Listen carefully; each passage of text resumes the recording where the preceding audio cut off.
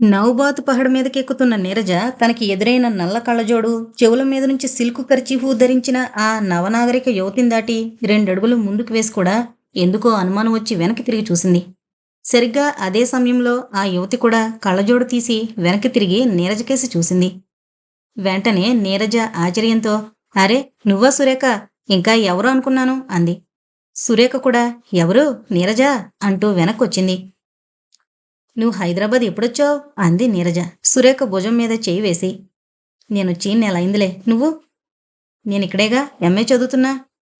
సురేఖ మళ్ళీ తిరిగి నౌబాతు పహడ మీదకెక్కి రాసాగింది నీరజ్తో కలిసి. ఇద్దరూ తక్కిన స్నేహితుల గురించి, వరంగలులో వాళ్ళు గడిపిన రోజుల గురించి చెప్పుకుంటూ నెమ్మదిగా ఆ కొండపైకెక్కారు. అక్కడ నిలబడి చూస్తే పట్నమంతా ఎంతో అందంగా ఆ కొండ చుట్టూ పొరుచుకుని కనిపించింది. పటేల్ విగ్రహాన్ని చుట్టి వెళుతోన్న బస్సులన్నీ అగ్గిపెట్టెలా తమాషాగా కదులుతున్నాయి. తార్ రోడ్లన్నీ సన్నని పొడుగైన ఓలుజడల్లా, అందుమీద నడుస్తున్న మనుషులు కదిలే రంగురంగుల పువ్వుల్లా కనిపించేసరికి ఏవేవో మధురమైన భావాలు రాసాగాయి నీరజ మనసులోకి. "ఉమ్, యూనివర్సిటీ లైఫ్ ఎలా ఉంది?" అంది సురేఖ. దూరాన కనిపిస్తోన్న హుస్సేన్ సాగర్ సౌందర్యంలోకి కరిగిపోతూ పరధ్యానంగా, "ఆ, ఏదో ఉంది" అంది నీరజ. బాయ్స్ సరదాగా మాట్లాడతారా? పిక్నిక్స్ ఏమైనా వేసుకున్నారా? హాస్టల్స్ మగాళ్ళవి మీవి దగ్గరా దూరమా? నేనిప్పుడు హాస్టల్లో ఉండడం లేదు. మా అమ్మను కూడా తీసుకునొచ్చేశాను. వేరే ఇల్లు తీసుకునుంటున్నా అంది నీరజ. గాలికి ఎగురుతోన్న కుచ్చిళ్లని ఓ చేత్తోనూ, జుట్టుని మరో చేత్తోనూ సరిదిద్దుకుంటూ. అమ్మతో కలిసి అమ్మమ్మలా వేరే ఉంటే విశేషాలు ఏముంటాయిలే అంది సురేఖ. చేతిలో ఉన్న వ్యానిటీ బ్యాగ్ని అటు ఇటూ ఊగుతున్న ఆ బ్యాగుకేసి అలవోకగా చూస్తూ. ఆ మాటకి నీరజ గిరుక్కున పక్కకి తిరిగి సురేఖకేసి చూసింది. దీనిలో ఇంకా ఆ పాత చిలిపితనం కూడా పోలేదన్నమాట. వేషం కూడా చూడు. ఒంటికి బిగుతుగా చుట్టుకున్న ఆ ఫారెన్ నైలాక్స్ చీర, స్లీవ్లెస్ బ్లౌజు, పెదిమలకి గోళ్ళకి రంగులు, కళ్ళకి గాగుల్స్, చెవులకి సిల్కు కర్చీఫు. నీరజ నవ్వుకుంది. నవ్వుకుని, పద్మ పరీక్ష పోయిందటగా, మళ్ళీ కడుతోందా అంది. మళ్ళీనా? అది ఈ జన్మలో పాసవదు. చదివింది జ్ఞాపకండి చావదు. పరీక్షలో కాపీ కొట్టలేదు. ఇంకెలా పాసవుతుంది? అదేంటే, జ్ఞాపశక్తి తక్కువైతే ఇంక కాపీ కొట్టవలసిందేనా? కాపీలు కొట్టి పాసై ఏం లాభం? అయినా కానీ లాభమో నష్టమో పాసవడం ముఖ్యం కదా. న్యాయమైందో అన్యాయమైందో ఎవడు చూడొచ్చాడు ఈ రోజుల్లో? డిగ్రీ ముఖ్యం. డిగ్రీ ఉంది కనుకనే కదా వానికి పెళ్ళయింది. అది పాస్ కాకపోతే ఆ అబ్బాయి దాన్ని పెళ్లి చేసుకోకపోను తెలుసా? అవును కాని నువ్వు వాణి పెళ్లికి రాలేదేం? వద్దామనుకున్నాను. మా ఊరెళ్ళి అక్కడ్నుంచి రావచ్చనుకుంటే మా ఊళ్ళో చిన్నప్పటి నా ఫ్రెండ్ అని చెబుతూ ఉంటాను చూడు, మీనాక్షి అని. వాళ్ళమ్మకి పురుడొచ్చి అబ్బాయి కలిగాడు. సరిగ్గా ఆ క్రితం రోజునే. తల్లికి పురుడు, ఇంట్లో చాకరీ. దీంతో ఒక్కతే చేసుకోలేక నన్ను సాయం ఉండమంటే 2 రోజులు అక్కడే ఉండిపోవలసొచ్చింది. ఇంక పెళ్లికి రావడం పడలేదు. హ్మ్. పెళ్లి ఎలా జరిగింది? పెళ్ళికొడుకు ఎలా ఉంటాడు? ఏం చేస్తున్నాడు? ఏం పెళ్లి నా మొహం పోనిద్దు. ప్రతి వాళ్ళు పెళ్లి చేసుకోకూడదే నన్నడిగితే. అదేంటి? ఆ అబ్బాయి బాగుండడా? మగాడి అందం సౌందర్యం ఎవరికి కావాలే? ఓ డబ్బు లేదు, దర్జా లేదు. బీఈడీ పాస్ అయి ఎక్కడో మేస్టరీ ఎగురిస్తున్నాడట. హైస్కూల్ మేస్టరీకి ఏం వస్తుంది చెప్పు? ఆ వచ్చేదాంతో పెళ్ళానికి అన్నమే పెడతాడా? దాని సరదాలే తీరుస్తాడా? అదేంటి? డబ్బులేని వాళ్ళందరూ సంతోషంగా బతకలేదంటావా ఏంటి? ఇదిగో, ఈ వేదికల ఉపన్యాసాలన్నీ తీసి పడేయ్. ఉంటే నీలా పెళ్లి చేసుకోకుండా ఉండిపోయి హాయిగా చదువుకుంటూ స్వేచ్ఛగానైనా బతకాలి. లేదా శుభ్రమైన ఉద్యోగం ఒకటి చూసుకుని తన చెప్పు చేతల్లో మెలిగే మరో ఉద్యోగం చేసే మంచి కుర్రాన్నైనా ఎన్నుకోవాలి. అది ఇది కాదంటావ్. ఓ పెద్ద మేడ, బ్యాంక్ అకౌంటు, అంబాసిడర్ కారు, ఆల్షిషన్ డాగ్గు ఉన్న ఓ శ్రీమంతుణ్ణైనా పడగొట్టాలి. ఇవేమీ లేకుండా ఓ దరిద్రుని కట్టుకుని రోజూ వాడికి ఎదురుగుండా కూర్చుని వాడితో పాటు తనూ కడివెడి కన్నీళ్లు ఓడుస్తూ దౌర్భాగ్యపు బతుకు బతికే గదానికి పెళ్ళెందుకే? సురేఖలోని ఆవేశం చూసేసరికి నీరజకి నవ్వొచ్చింది. అయితే ఈ మూడింట్లోనూ నువ్వే మార్గం ఎన్నుకున్నట్టు? అంది కళ్ళల్లో నవ్వు కనిపించనీయకుండా అతి సీరియస్గా. సిగ్గుతో సురేఖ బుగ్గలు ఎర్రబడ్డాయి. అది చూసి నీరజ, ఏమే, నీ సంగతి ఎత్తేటప్పటికీ ఆ ఆవేశమంతా ఏమైందే? సిగ్గుతో ముడిచిపోతున్నావ్ అంటూ చిలిపిగా చూసింది. అది కాదే, వయసొచ్చిందానికి పెళ్లి కావాలని ఉండదా ఏంటి? అయినా లోకం పరిస్థితి చూస్తే భయమేస్తోంది.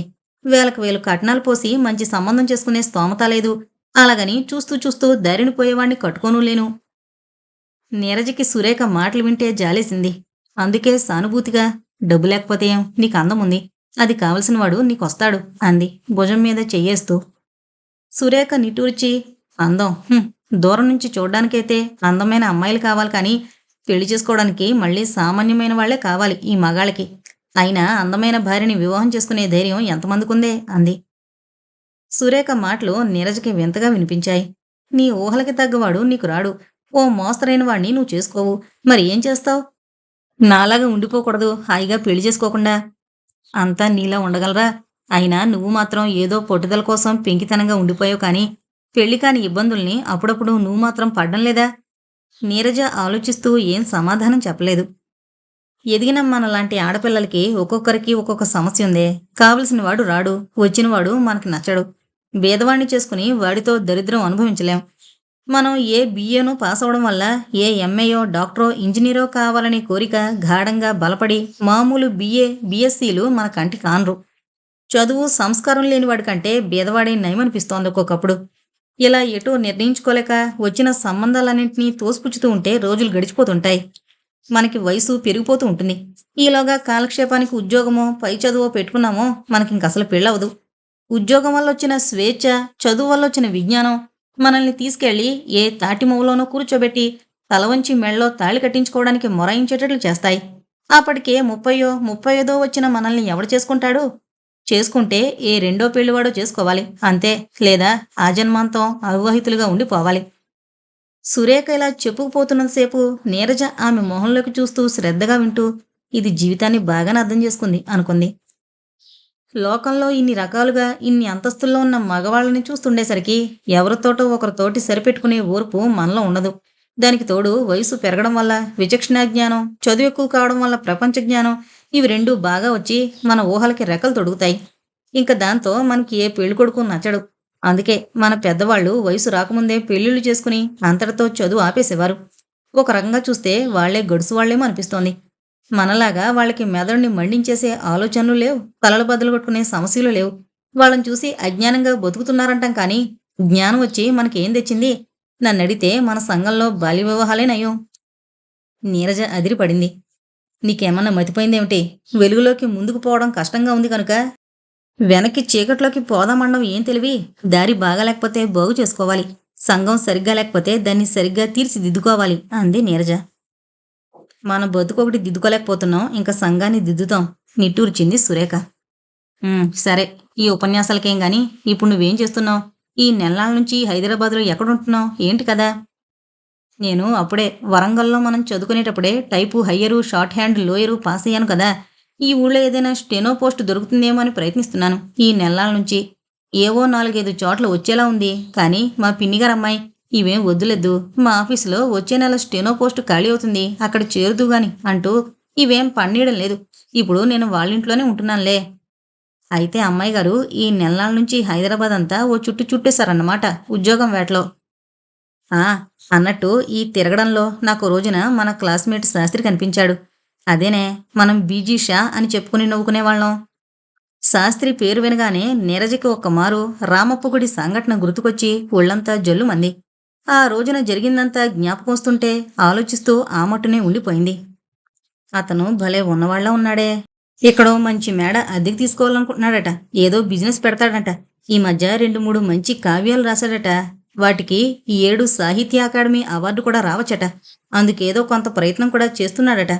పరిస్థితి సానుకూలమైంది. బహుశా అవార్డు వస్తుంది అన్నాడు. రిడ్జ్ హోటల్లో భోంచేసి ప్యారడైజీలో పిక్చర్ చూస్తేనే కానీ వెళ్ళడానికి వీల్లేదని పట్టుబట్టాడు. భలే సరదైన వాళ్లే. సురేఖ ఇలా చెప్పుకుపోతుంటే నీరజ చెవిలో అవేం పడ్డం లేదు. ఏవో ఆలోచిస్తూ కూర్చుంది. తను చెబుతున్నవేవి నీరజ వినడం లేదని, అన్యమనస్కంగా ఉందని కనిపెట్టి నేనొస్తానే, నువ్వింకా ఇక్కడ కూర్చుంటావా అంది సురేఖ లేస్తూ. ఆలోచనల నుంచి తేరుకుని చల్లగా వీస్తున్న గాలికి హాయిగా పరవశిస్తూ నేను కాసేపు ఉంటానులే, ఇదిగో నా అడ్రస్, ఎప్పుడైనా వస్తుండు అంటూ తన అడ్రస్ ఇచ్చింది నీరజ. అది వ్యానిటీ బ్యాగ్లో పెట్టుకుంటూ వాచి చూసుకుంటూ అరే 5:30 ఒక ఇంటర్వ్యూకి వెళ్ళాలి. సారథి అని కొత్తగా ఒక ఆయన ప్రాక్టీస్ పెట్టాడట. ఆయన కోస్టినో కావాలని అడ్వర్టైజ్ చేశాడు. 6 అక్కడ ఉండాలి. వస్తా, తర్వాత కలుసుకుందాం, బాయ్ బాయ్ అంటూ చెయ్యి ఊపుతూ గబగబా నౌబాత్ పహాడ్ దిగి వెళ్ళిపోయింది సురేఖ. నీరజ ఆ మట్టునే కూర్చుని ఆలోచిస్తూ సారదంటే ఎక్కడో విన్నట్టుందే. మీనాక్షి మొగుడు పేరు కూడా సారదే కదూ అనుకుంటూ అటు చూసింది. అప్పటికే సురేఖ వెళ్ళిపోయింది. మంచం మీద బోర్లా పడుకుని కంటికి మంటికి ఏకధారగా ఏడుస్తున్న సుందరిని కీచి వదిలేసిన కారు రైలు ఒకదాంతో ఒకటి పోటీపడి వెళ్ళి గోడకి ఢీ కొడితే చూసి చప్పట్లు కొడుతూ వెర్రివాళ్ల ఒకడు వరండాలో ఆడుకుంటున్న యాణార్థం బుజ్జిగాడిని చూసేసరికి సారథికి కళ్ళల్లో నీళ్లు తిరిగాయి. దుఃఖంతో నిండిపోయి మనస్సంతా వికలమైపోయింది. ఇప్పటికి 6 నెలల నుంచి ఇదే పరిస్థితి. సుందరిని ఆ దుఃఖంలోంచి ఎలా మరిపించాలో మా నాన్నగారిని తీసుకొచ్చా బాబయ్య అని అడిగితే ఆ పసివాడికి ఏం సమాధానం చెప్పాలో తెలియడం లేదు తనకి. సౌందర్యవతి అనుకూలవతి అయిన భార్య, ముద్దులు మూటగట్టే కొడుకు, లోట్లేని సంపాదన, ఓ కారు మేడ, వీటితో చల్లగా హాయిగా బతుకుతున్న అతనిలా చిన్నతనంలోనే తీసుకుపోయి దేవుడు ఏం బావుకున్నాడు? వీళ్ళ నెత్తిన ఇంత మంటపెట్టిన దేవుడు ఏం దయామయుడు? జేబురుమాలతో కళ్ళొత్తుకుంటూ లోపలికి అడుగు పెట్టబోతున్న సారథిని చూసి ఎక్కడి ఆట వస్తువులక్కడ వదిలేసి బుజ్జి పరుగు పరుగునొచ్చి బాబయ్య నాన్నేరి అన్నాడు. కొడుకు మాటలు విని అతనొచ్చాడని గ్రహించి వెంటనే కళ్ళు తుడుచుకుంటూ లేచి కూర్చుంది సుందరి. ఇంకా ఏడుస్తున్నావా అన్నట్లు సారథి సుందరికేసి చూశాడు. ఆమె తల వంచుకుని రా సారథి కూర్చో అంది నీరసంగా. కుర్చీలో కూర్చుంటున్న సారథి ప్యాంటు పట్టుకుని లాగుతూ చెప్పు బాబయ్య నాన్నేరి అన్నాడు బుజ్జి మళ్ళీ. వాణ్ణి ఒడిలోకి తీసుకుని జేబులో ఉన్న చాక్లెట్లు పెడుతూ వస్తారు బాబూ, ఈలోగా నీకీ చాక్లెట్లు పంపించారు అన్నాడు సారథి బొంగురుపోయిన కంఠంతో. వాటిని దూరంగా విసిరేస్తూ నాకివద్దు నాన్నే కావాలి అంటూ ఏడుపు ప్రారంభించాడు బుజ్జి. వాణ్ణి ఎలా అనునయించాలో అర్థం కాక సారథి నిస్సహాయంగా కూర్చుండిపోయాడు. సుందరి కొండంత బాధని గుండెల్లో దాచుకుంటూ పేచి పెట్టక బుజ్జి, ఆ చాక్లెట్లు తీసుకువెళ్ళి ఆడుకో అంది బాధగా. బుజ్జి అమ్మకేసి కోపంగా చూశాడు. నాకేం వద్దు అని బొంగుమూతి పెట్టి సారథి ఒళ్ళోంచి దిగి వెళ్ళిపోయి అవతల వసారాలో మూలకపోయి కూర్చున్నాడు. సుందరి తన నిస్సహాయమైన పరిస్థితిని తలచుకుని నిట్టూర్చింది. సారథి ఆమె కేసి జాలిగా చూసి ఊరుకున్నాడు.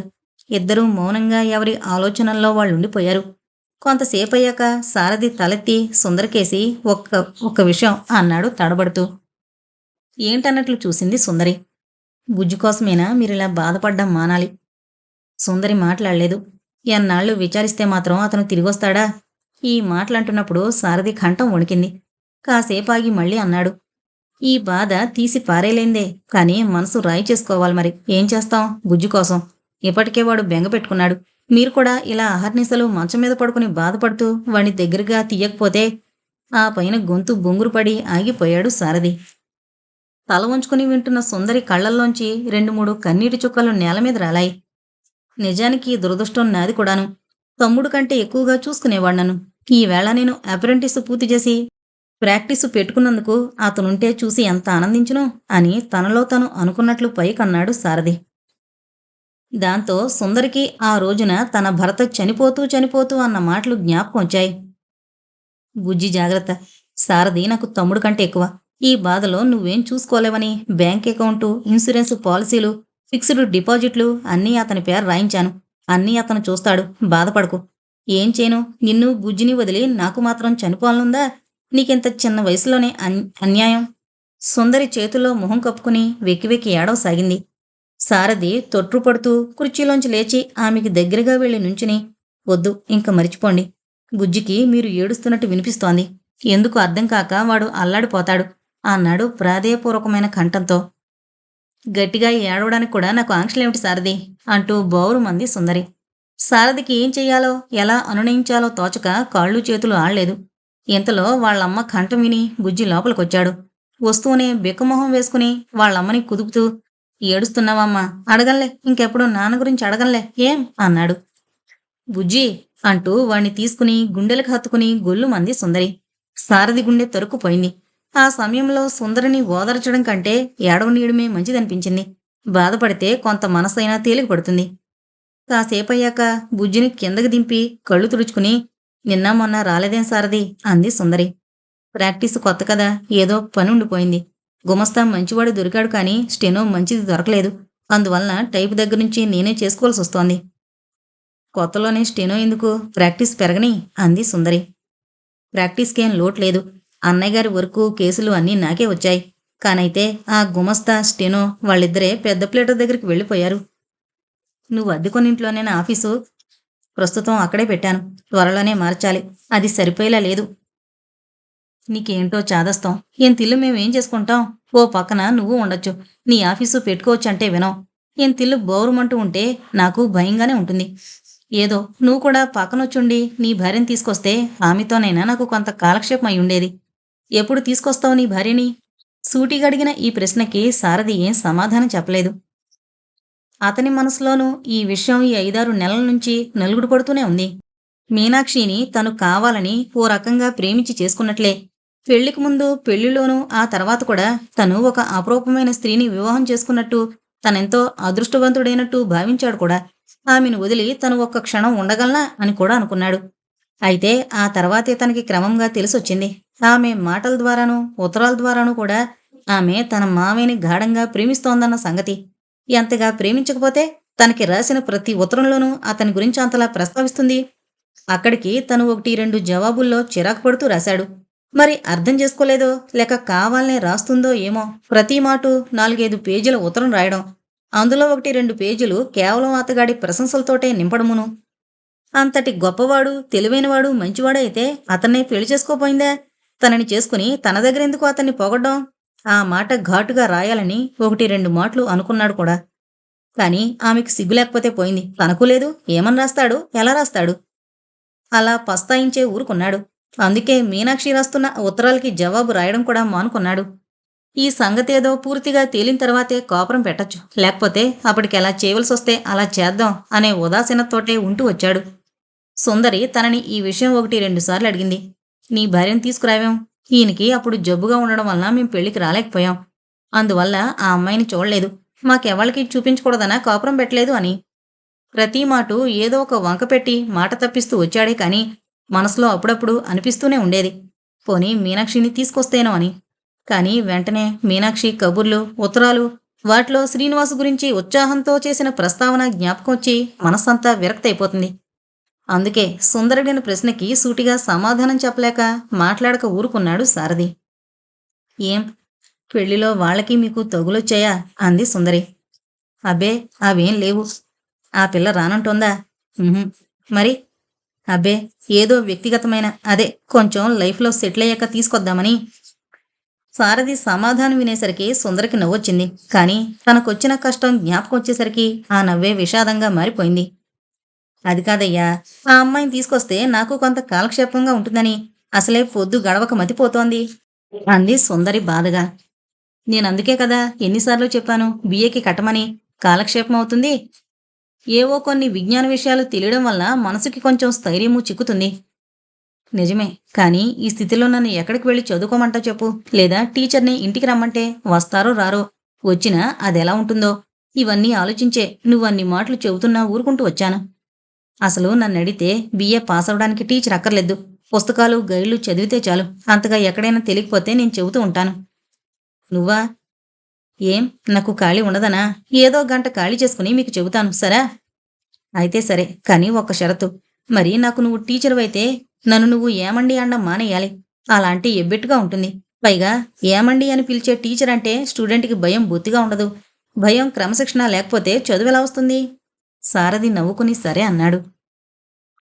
పోస్ట్ మాస్టర్ సుబ్బరామయ్య ప్రత్యేకంగా పనిగట్టుకునొచ్చి అమ్మాయి మీనాక్షి అని మీనాక్షిని ఎందుకు పిలిచాడో మీనాక్షికి అర్థం కాలేదు. కమలమ్మకి అర్థం కాలేదు.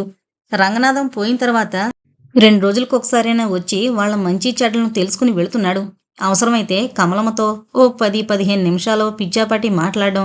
వెళ్ళేటప్పుడు మాత్రం ఏం మీనాక్షమ్మ మీ అత్తగారి కబుర్లేం తెలియలేదా అని మాట వరసకి ఓ మాటు పలకరించడమే కాని ప్రత్యేకం మీనాక్షి కోసం ఎప్పుడూ రాలేదు సుబ్బరామయ్య. దాని అత్తారి కబుర్లు మీకు తెలిసాకే కదా దానికి తెలుస్తాయి. ఓ ఉత్తరం వచ్చినా, బెజవాడ కబురు తెలిసినా మీ ద్వారానే కదా. అయినా మళ్ళీ ఓ మారు చెప్పండి. పిల్లనింకా కాపురానికి తీసుకువెళ్ళకపోవడం ఏం బాగలేదని. పెళ్ళై ఏడాది దాటింది. ఈ సంగతి నేనే రాయిద్దామంటే పిల్లని పోషించలేక ఎక్కడ పంపించేశాననుకుంటారోనని భయం అంటూ కమలమ్మ చెబుతూ ఉండడం. తను ఈ మధ్య 2, 3 మాటలు ఈ సంగతి కదిపానని, వాళ్ళు తొందరపడుతున్నారని సుబ్బరామయ్య అంటూ ఉండడం జరుగుతూ ఉన్నదే. ఈ రకంగా తప్పిస్తే ప్రత్యేకం వాళ్ళ సంభాషణలో మీనాక్షి ప్రస్తావన వచ్చేది కాదు. ఏవో భూములు, కౌళ్ళు, శ్రీనివాసుకి స్కాలర్షిప్పు పోగా మిగిలిన ఏ 25, 30 పంపించడం, ఈ రకమైన ఆర్థిక సంబంధమైన విషయాలే మాట్లాడుకునేవారు సుబ్బరామయ్య, కమలమ్మను. పోతే కమలమ్మ జీవిత కోసమని ఇంటిలో కూర్చుని ఒకపొడి పొట్లాలు కట్టి కిళ్ళి కొట్లకు పంపే ఏర్పాటు ఒకటి చేశాడు కనుక దానికి సంబంధించిన విషయాలు మాట్లాడుకునేవారు ఎప్పుడైనా. అంతేకాని ఇలా మీనాక్షితో మాట్లాడడం కోసమేనని సుబ్బరామయ్య ఎప్పుడూ రాలేదు. అందుకే మీనాక్షి, కమలమ్మ ఇద్దరూ ఆశ్చర్యపోయారు. తెల్లబోయి చూస్తున్న వాళ్ళిద్దరినీ చూసి నవ్వుతూ, ఏమమ్మా, నీకిప్పుడు 2 సంతోషమైన సంగతులు చెబుతా. మరి నాకేమిస్తావు బహుమతి అన్నాడు సుబ్బరామయ్య. మీనాక్షి ఆ సంగతులు ఏమిటి చెప్పమా అని ఆత్రంగా ఆలోచించసాగింది. సంతోషమైనవైతే అది ఎందుకు, నేనిస్తాను బహుమతి చెప్పండి అంది కమలమ్మ. అయితే వినండి, ఇవాళ రేపో మీ వియ్యాలవారొచ్చి మీనాక్షిని కాపురానికి తీసుకువెళతారు. ఈ విషయం నిన్న నేను విజయవాడ వెళ్ళినప్పుడు నాతో అన్నారు మీకు చెప్పమని.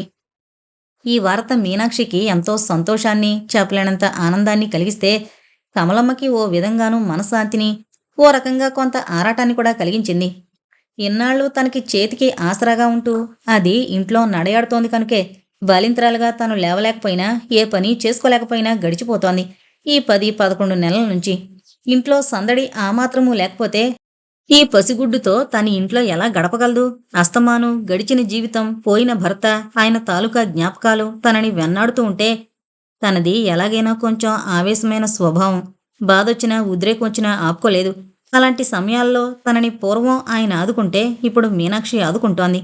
ఇప్పుడు ఇది కూడా కాపురానికి వెళ్ళిపోతే బాధపడద్దని తనని అనునించేవాళ్ళు ఎవరు? తనకి రోజులు ఎలా గడుస్తాయి?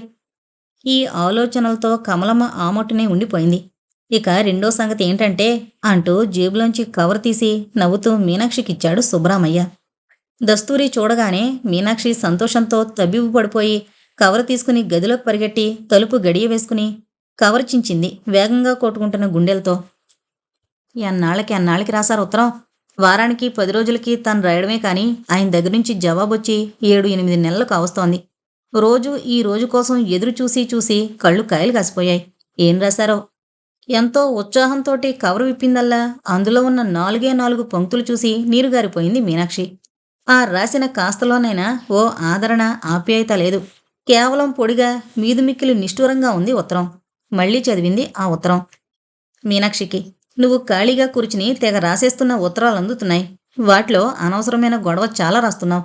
నాకిలాంటి ఉత్తరాలంటే తలనొప్పి. అవును, అన్నట్టు నువ్వు ఈ మధ్య రేడియోలో పాడ్డానికి విజయవాడ వెళ్ళి కూడా మా ఇంటికి వెళ్లకుండా వచ్చేసావట. మా అమ్మ నాన్న చాలా బాధపడ్డారు. అలా చేయడం నాకేం బాగలేదు. నీకు తెలియకపోతే మీ అమ్మగారైనా చెప్పు ఉండాల్సింది. ఇది నీ ముందు జాగ్రత్త కోసం రాస్తున్నాను. సారథి. భర్త భార్యకి రాసే పద్ధతి ఇదేనా? ఏన్నాళ్ళకి రాసినందుకు ఓ ముద్దు మురిపం లేకుండా. మీనాక్షి నిట్టూర్చింది. నీరసంగా గదిలోంచొచ్చిన కూతురుని చూసి ఏంటే, ఏం రాశాడు అంది కమలమ్మ ఆదుర్దాగా. మొదట మీనాక్షి ఏం జవాబు చెప్పలేదు.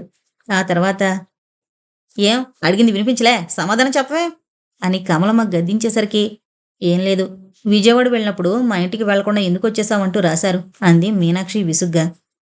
కమలమ్మ దవడలు నొక్కుని నస్యం పీలుస్తున్న సుబ్బరామయ్యకేసి తిరిగి, వయసులో ఉన్నవాళ్ళు ఇలాగైనా రాసుకోవడం? అబ్బెబ్బే, ఆ మహాతల్లి ఇదో మహాప్రాదం కింద కొడుక్కి ఫిర్యాదు చేసి చివాట్లు పెట్టించిందన్నమాట.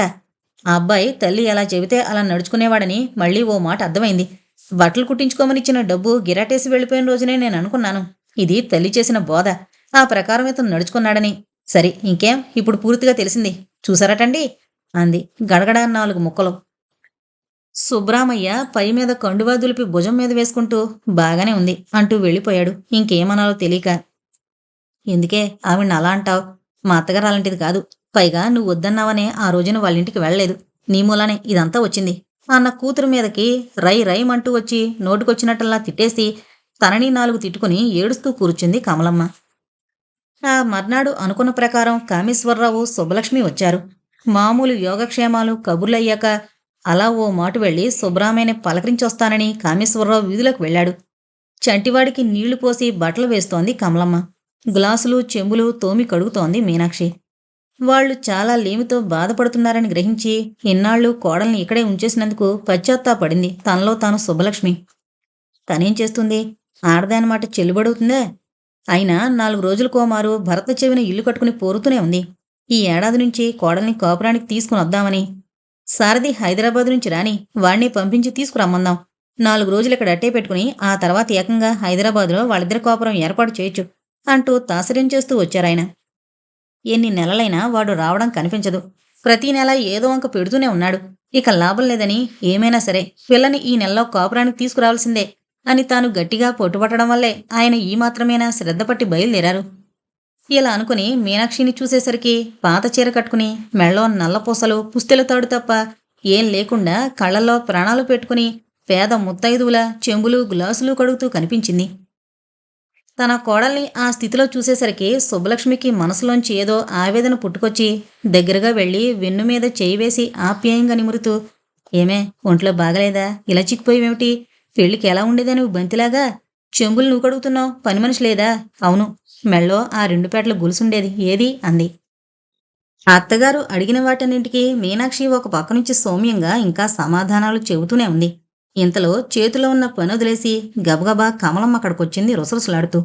వచ్చి కూతురి చేతిలో చెంబులు లాక్కుని, నువ్వెళ్ళాలా కూర్చోమ్మా, నువ్విక్కడ నాకేదో చాకరీ చేసేసి చిక్కిపోయావనుకుంటున్నారు అందరూను.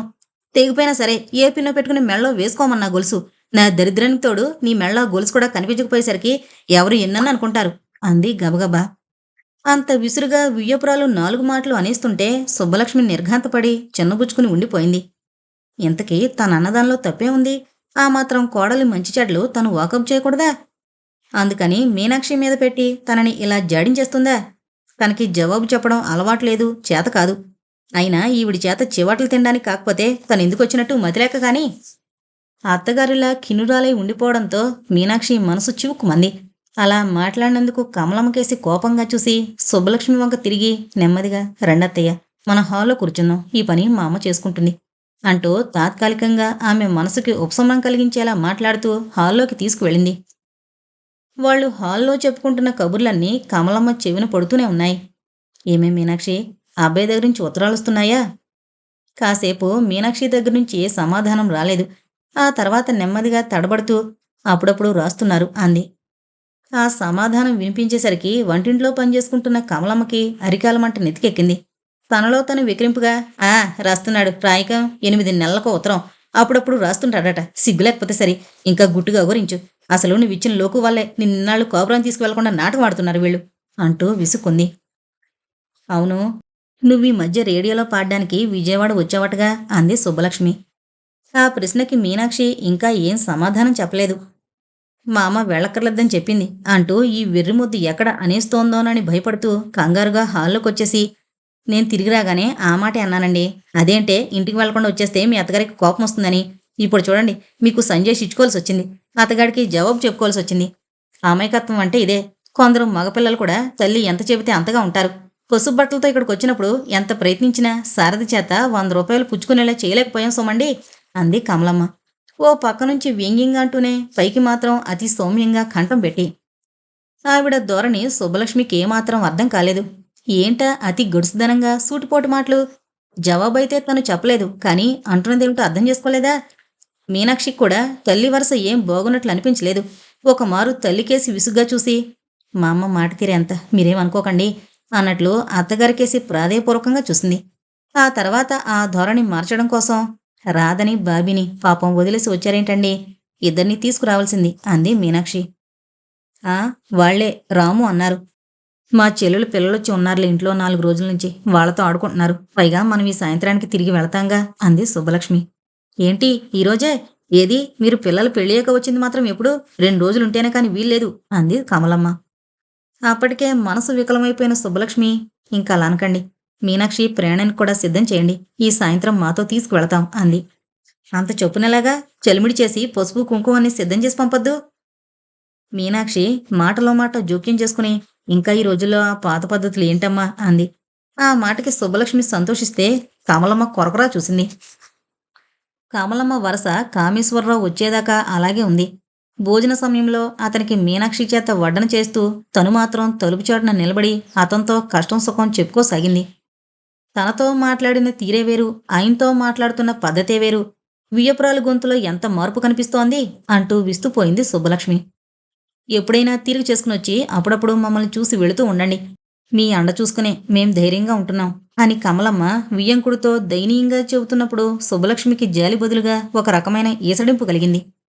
గడపవతల కామేశ్వరరావు నుంచుని వింటుంటే గడపవతల తలుపు చెక్కన ఆనుకుని తను చిన్నప్పటినుంచి పడిన కష్టాలు, రంగనాథం వల్ల తనకొచ్చిన ఆర్థిక ఇబ్బందులు, వాటి గురించి చెబుతూ కమలమ్మ కన్నీళ్లు పెట్టుకోవడం, ఆ స్థితిలో ఆమెను చూసి తన భర్త కళవళపడ్డం, నిండైన పచ్చని విగ్రహంలా ఆమె తన భర్తకి అతి సమీపంలో నిలబడ్డం, ఇదేం సహించలేక చిరాకేసింది సుబ్బలక్ష్మికి. అందుకే, వదినగారు, వచ్చిన కష్టాల్ని తలుచుకుని పదే పదే విచారించి ఏం లాభం చెప్పండి? అంది కొంచెం గట్టిగా. పక్కన తనుండి మాట్లాడుతున్న తన కేసి చూడకుండా తన భర్త వైపే తిరిగి కమలమ్మ సంభాషణ సాగించడాన్ని సుతారాము సహించలేకపోయింది సుబ్బలక్ష్మి. అందుకే, సాయంకాలం అవుతోంది, ఇంక వెళదామా? మళ్ళీ బస్సు దొరకడం కష్టం అంటూ భర్తని తొందర పెట్టింది. తనకి ఉన్నంతలో కూతురికి అన్నీ పెట్టి కొత్త చీర కట్టుకుని తొలిసారిగా అత్తారింటికి వెళ్తుంటే కమలమ్మ మనసు ఎంత సంతోషించిందో అంతగా కుంగిపోయింది. ఆయన పోవడం తన పరిస్థితిలా మారడం వల్ల కదూ కూతుర్నింత తక్కువ స్థితిలో అతి సౌమ్యంగా కాపురానికి పంపవలసొచ్చింది. ఆయనే ఉండి తన పూర్వపు ఆస్తి ఔన్నత్యమే ఉంటే అంతా ఆశ్చర్యపోయేలాగా ఊరి చివరిదాకా సారే కావిళ్లు ఏర్పాటు చేయకుండా ఉండేదా? తన స్థితి ఇలా అయింది కనుకే పచ్చగా తన చేత్తో బొట్టు పెట్టి చీర రవికెలగుడ్డ చేతిలో పెట్టి కూతుర్ని అత్తవారింటికి పంపే యోగం లేదు తనకి. వెర్రిమొహంలా పాపం అదే బొట్టు పెట్టుకుని చీర తీసుకుని కట్టుకుని వెళ్ళింది. తనిలా బాధపడుతుంటే వియ్యపురాలకా తొందరేమిటి? పోనీ రాకరాకొచ్చింది కదా అని ఆవిడికి చీర తెప్పించి పెడితే వద్దు కాక వద్దంటూ మొండిగా తీసుకోకుండా వెళ్ళిపోతుందా? అంత అహంకారమా? ఆ బుద్ధే కొడుక్కి వచ్చింది. పోనీ అంతగా ఆమె చెబుతోంది తీసుకో అని వియ్యంకుడు గారు అంటూ ఉన్నారు. ఆవిడ వింటేనా? ఏంటో ఆవిడికి తెలియడం లేదు. తనలాగా నాకు అనుకూలుడైన భర్త చెప్పిన మాట వినే బిడ్డలో ఉంటే నేను తనలాగే సిగలోని పువ్వులా కులుకుతూనే ఉందును. కూతురు వెళ్ళిపోయాక బోవురుమంటూ ఉన్న ఇంట్లో చంటాన్ని పెట్టుకుని ఒక్కరితే దిగులుగా ఉండిపోయి ఆ రాత్రి చాలాసేపటిదాకా ఏడుస్తూనే ఉంది కమలమ్మ.